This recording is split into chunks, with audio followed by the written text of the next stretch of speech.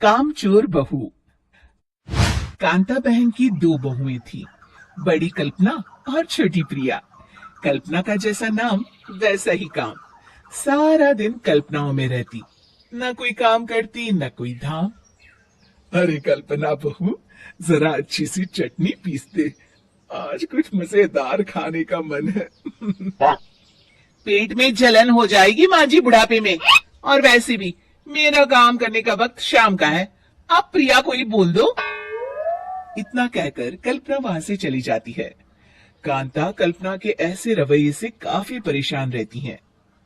मैं बना देती हूँ माँ चटनी, ऐसा बोलकर प्रिया माँ को चटनी बनाकर प्लेट में खाने को देती है कि तभी वहां कल्पना आ जाती है। अरे वाह चटनी, जरा चख कर तो देखो, बड़े दिन हो गए। अरे नहीं बहू, तू तो रहने ही दे चटनी खाना, पेट में जलन हो जाएगी।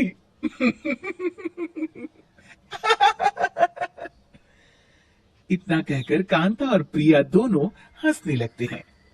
कल्पना सारा दिन या तो मोबाइल में यूट्यूब देखती या फिर सोती रहती। उसका कमरा भी बिखरा और गंदा रहता। एक दिन कल्पना का पति अशोक उससे कहता है, अरे कल्पना, जानवर भी उस जगह को साफ कर लेता है जहां वो बैठता है, तुम तो इंसान हो, कैसे इतने गंदे कमरे में रह लेती हो? देखो सारा सामान यहाँ वहां बिखरा पड़ा है। ज्यादा अपनी माँ का बोल ना बोलो। हाँ, कमरा तुम्हारा भी तो है, गंदा लग रहा है तो साफ कर लो। पता नहीं तुम्हारे साथ मैं कैसे जिंदगी बिताऊंगा। इतना कहकर अशोक वहां से चला जाता है। कल्पना बस खाना खाने कमरे से बाहर आती और फिर से कमरे में चली जाती। इससे कांता बहन काफी परेशान रहती। एक दिन प्रिया कांता से कहती है, माँ, मैं सारा दिन काम करके थक जाती हूँ। आप कल्पना दीदी से कहिए ना कि सुबह और शाम का काम बांट ले। मैं तो अब सिर्फ एक वक्त का ही काम करूंगी। हाँ।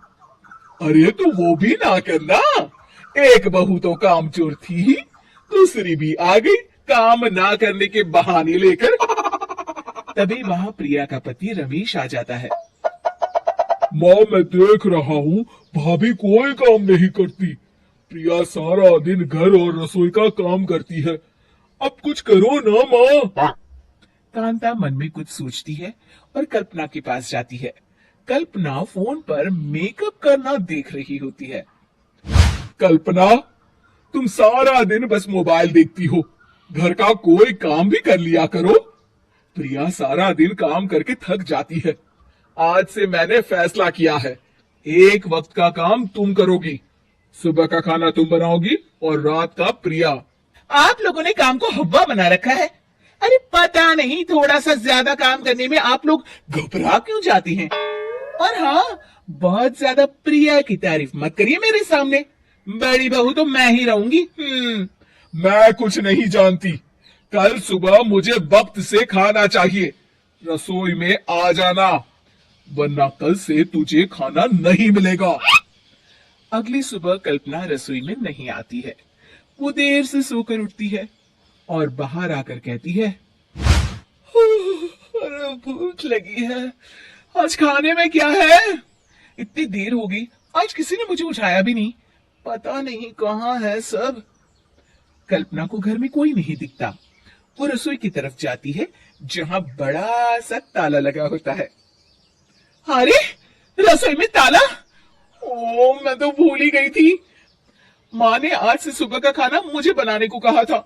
हे भगवान, इतने लोगों का खाना बनाना क्या आसान है? तभी घर के सारे सदस्य बाहर से वापस आते हैं। वाह माँ जी, मजा आ गया छोले भटूरे खाकर। मेरे मुंह में तो अभी भी स्वाद आ रहा है। अरे कल्पना, तेरे भरोसे रहते तो हम तो भूखे ही रह जाते। कल्पना को बहुत गुस्सा आ जाता है। अब बहुत हो गया, आज से मैं अपनी रसोई अलग कर रही हूँ, मैं अपना खाना खुद बना लिया करूंगी। कल्पना अपनी रसोई अलग कर लेती है, पर आए दिन उसका देर से उठना और काम न करने की आदत से वो भूखी ही रह जाती थी। उसी के सामने घर के लोग अच्छे अच्छे पकवान खाते और कामचोर कल्पना को जैसे तैसे ही खाना बनाकर खाना पड़ता। पर एक दिन तो हद ही हो गई। माँ, दीदी आज सुबह से कमरे से बाहर नहीं निकली, हमें जाकर देखना चाहिए। सो रही होगी, कामचोर कहीं की। पर तुम कहती हो तो चलो देख लेते हैं उसे। कल्पना कमरे में पेट पकड़कर बैठी होती है। हाय मेरा दर्द, पेट दर्द के मारे मर रही हूं मैं।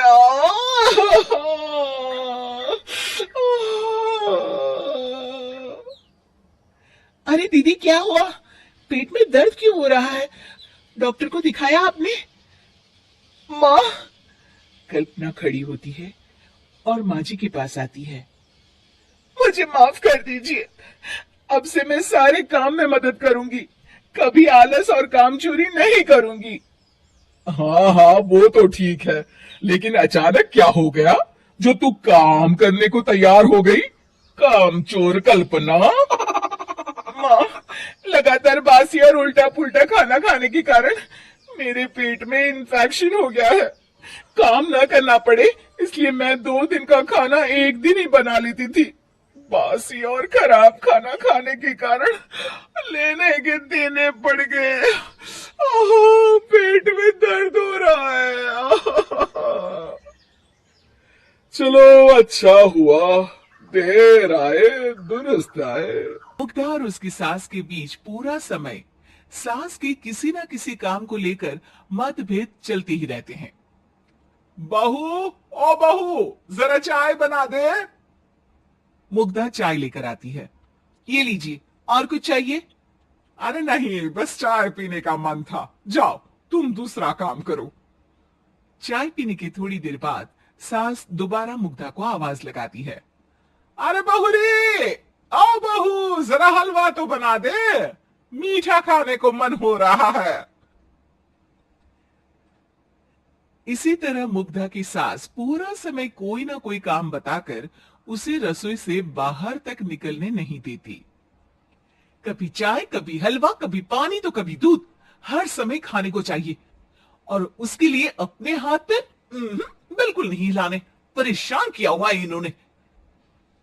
सास की जबरदस्ती परेशान करने की आदतों से दुखी मुग्धा एक शाम सचिन के साथ अपने कमरे में बैठी हुई बात कर रही होती है।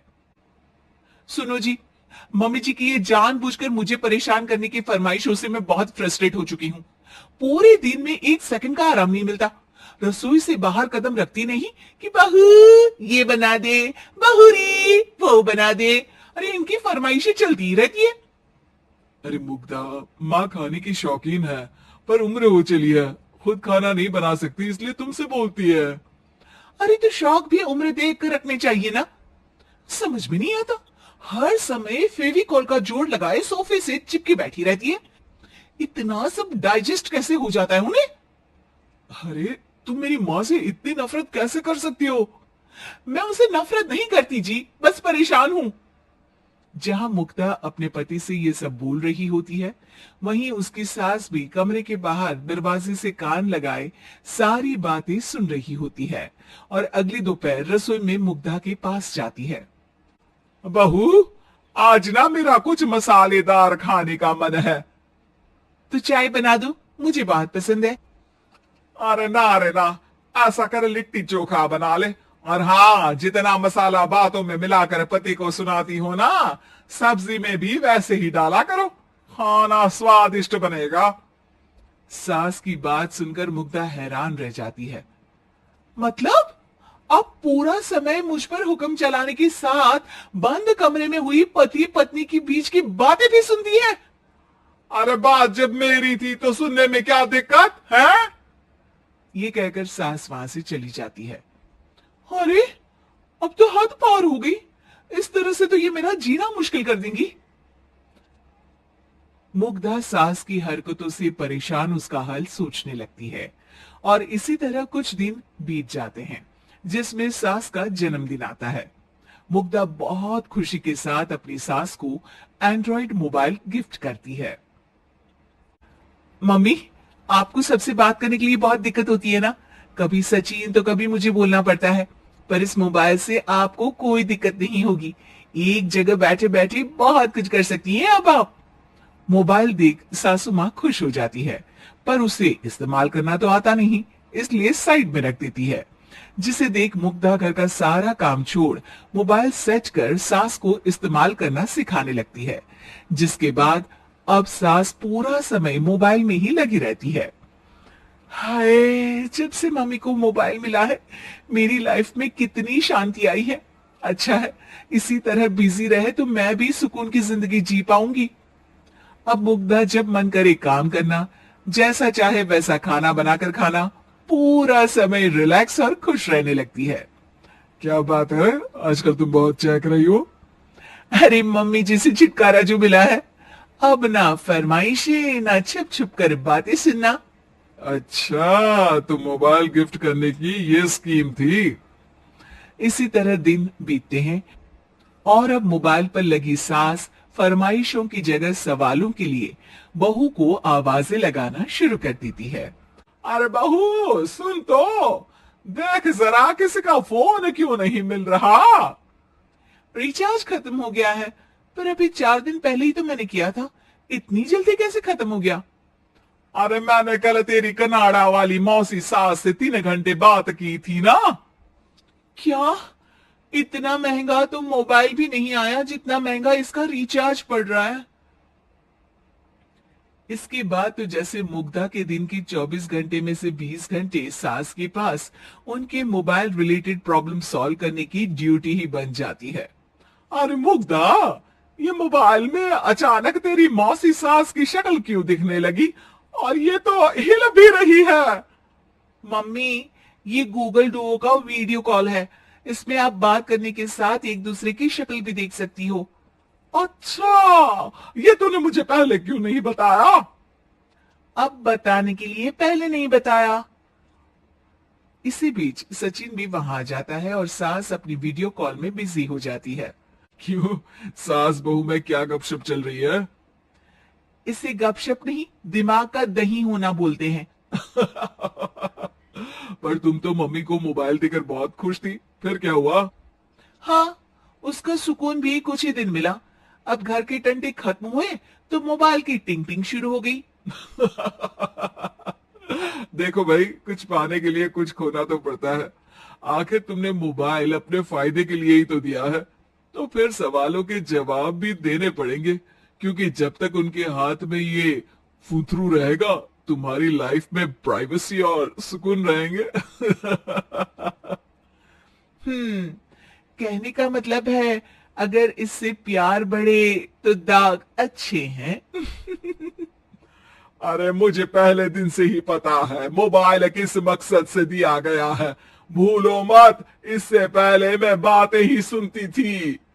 सास की ये बात सुनकर मुग्धा शॉक में और सचिन